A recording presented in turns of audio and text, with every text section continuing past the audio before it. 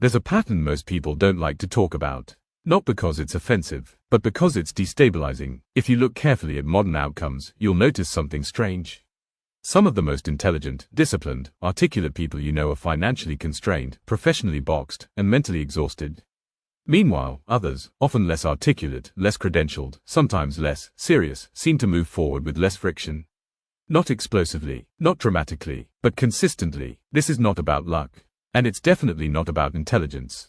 It's about where intelligence is being spent. And more importantly, what kind of game that intelligence is being applied to. This video is about why smart people often choose games that punish intelligence, while average people stumble into games that quietly reward them. Once you see this, you won't be able to unsee it.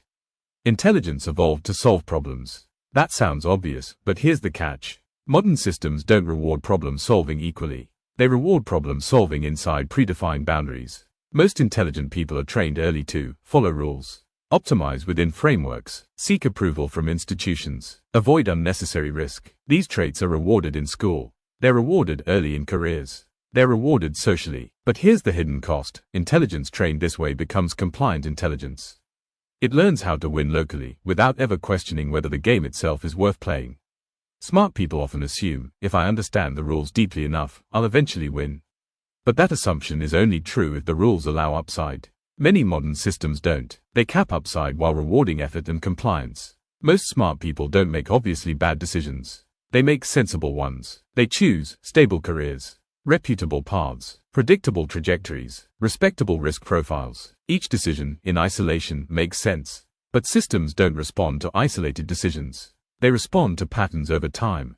And the pattern that traps intelligent people is this: they keep choosing options that minimize short-term discomfort while quietly locking in long-term ceilings. This creates a life that feels under control, but never expansive. The cage isn't made of fear. It's made of reasonableness. This is uncomfortable, but important. Average people often lack the internal discipline to perfectly follow structured paths. They miss steps. They get bored. They leave early. Ironically, this causes them to exit capped systems sooner, experiment messily, stumble into asymmetric opportunities. They don't overthink legitimacy. They don't wait for permission. They don't need full certainty. They tolerate ambiguity better, not because they're brave, but because they don't fully model downside.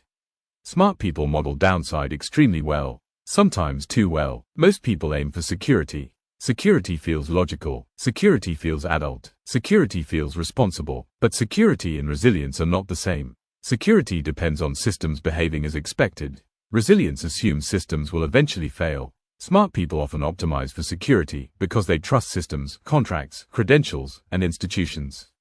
But modern environments reward resilience more than security. Resilience comes from optionality, transferable leverage, ownership, asymmetry. These don't feel safe at first. They feel unstructured. They feel unfinished, which is why disciplined minds often avoid them. Expertise is powerful, but it has a shadow. The deeper your expertise inside a system, the harder it becomes to leave that system.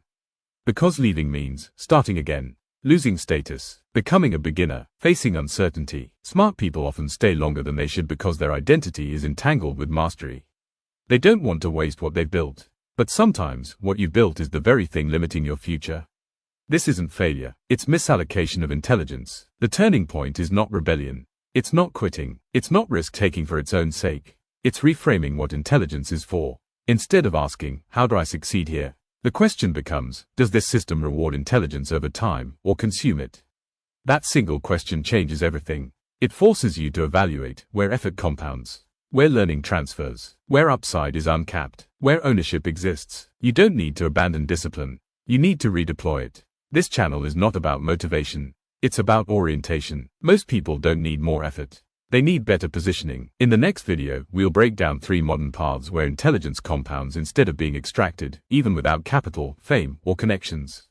Once you understand those paths, you'll start seeing the world differently. And once that happens, you don't go back.